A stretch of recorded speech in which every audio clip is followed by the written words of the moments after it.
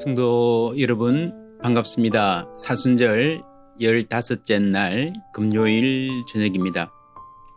오늘은 히브리서 5장 1절부터 10절까지 읽고 묵상하고 기도합니다. 대제사장마다 사람 가운데서 택한 자이므로 하나님께 속한 일에 사람을 위하여 예물과 속지 않은 제사를 드리게 하나니 그가 무식하고 미혹된 자를 능히 용납할 수 있는 것은 자기도 연약에 휩싸여 있음이라. 그러므로 백성을 위하여 속죄제를 드림과 같이 또한 자신을 위하여도 드리는 것이 마땅하니라. 이 존귀는 아무도 스스로 취하지 못하고 오직 아론과 같이 하나님의 부르심을 받은 자라야 할 것이니라. 또한 이와 같이 그리스도께서 대제사장 되심도 스스로 영광을 취하심이 아니요 오직 말씀하시니가 그에게 이르시되 너는 내 아들이니 내가 오늘 너를 낳았다 하셨고 또한 이와 같이 다른 데서 말씀하시되 내가 영원히 멜기세덱의 반차를 따르는 제사장이라 하셨으니 그는 육체에 계실 때에 자기를 죽음에서 능히 구원하실 이에게 심한 통곡과 눈물로 간구와 소원을 올렸고 그의 경건하심으로 말미암아 들으심을 얻었느니라. 그가 아들이시면서도 받으신 고난으로 순종함을 배워서 온전하게 되셨은즉 자기에게 순종하는 모든 자에게 영원한 구원의 근원이 되시고 하나님께 멜기세덱의 반차를 따른 대제사장이라 칭하심을 받으셨느니라.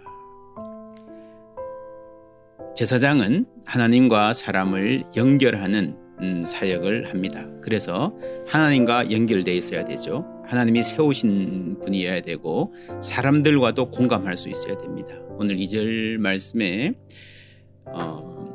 어리석고 미혹된 자들이라는 말이 나오는데 이 말이 좀 심하게 들리죠. 죄 짓는 사람들을 폄하하거나 무시하고자 하는 말이 아닙니다. 사람은 모두 죄인인데 그중에 의도적으로 죄를 짓는 사람, 마음이 완고한 사람들이 있습니다. 그런데 반면에 죄를 안 지으려고 하는데 뭘 잘 몰라서 유혹을 받아서 죄에 빠진 사람들이 있습니다. 그런 사람을 말하는 거예요.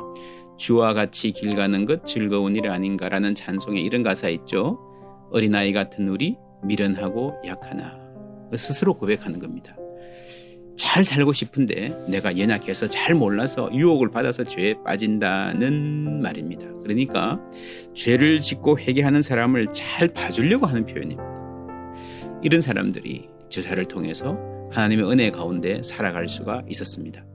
그래서 2절을 새 번역은 이렇게 번역합니다. 옛날 구약시대의 제사장은 자기도 연약함에 휘말려 있으므로 그릇된 길을 가는 무지한 사람들을 너그러이 대할 수 있습니다.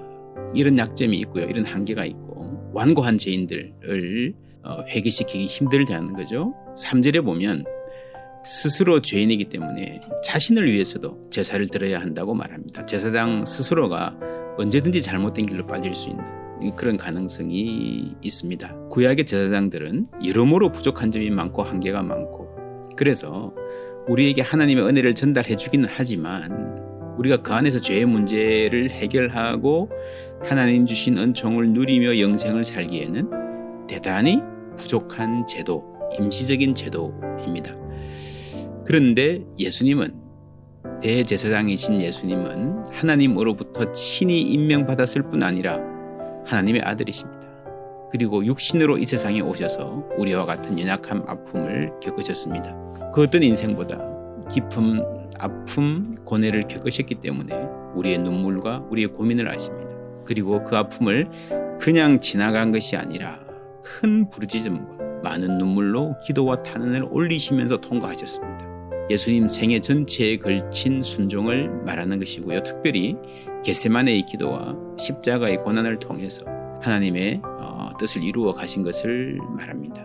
8절에 그가 아들이시면서도 받으신 고난으로 순종함을 배워서 예수님이 뭔가를 배우셨다라는 말은 참 생소한 말씀이죠.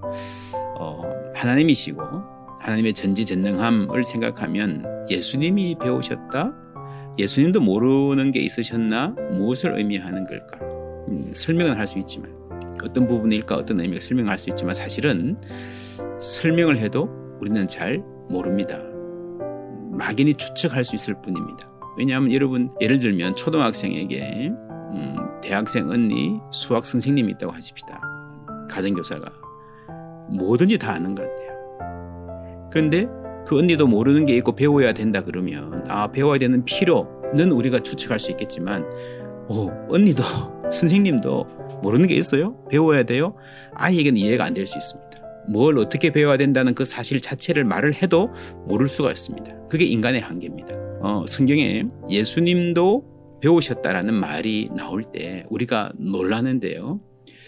이 놀라는 성경을 볼 때 때로는 놀라는 이 마음을 낱낱이 설명하려 하기보다 이 놀라는 마음 그런가? 라고 하는 이 의문을 그대로 내 마음에 품고 묵상하고 기도하는 것도 좋습니다.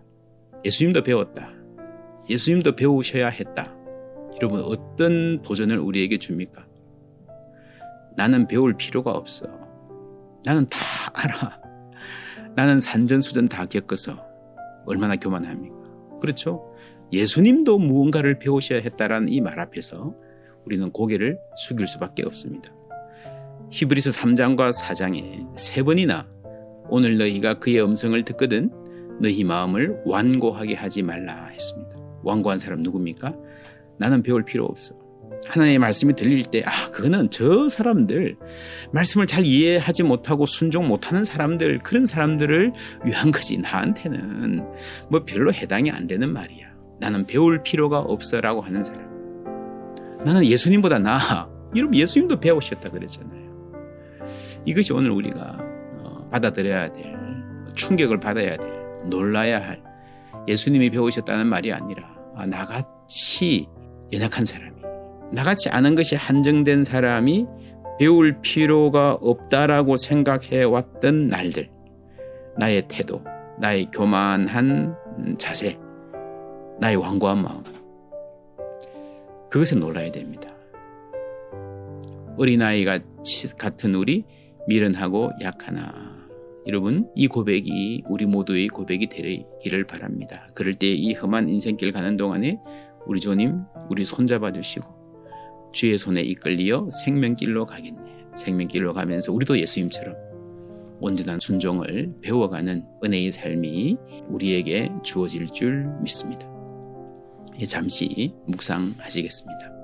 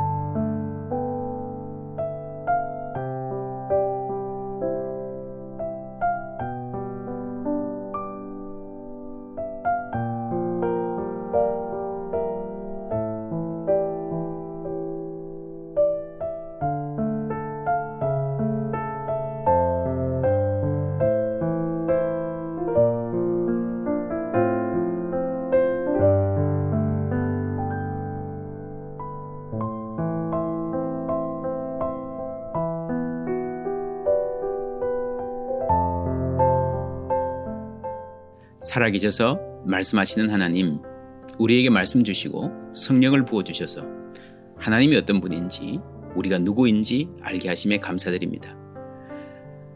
나는 하나님 사랑하시는 딸이요 아들입니다. 하나님의 아들이신 예수님이 목숨을 바치실 정도로 귀하게 여기시는 존재, 사랑받는 사람입니다. 하나님 감사합니다. 이 믿음에서 흔들리지 않게 하여 주시옵소서. 동시에 우리는 어리석고 연약한 사람들입니다.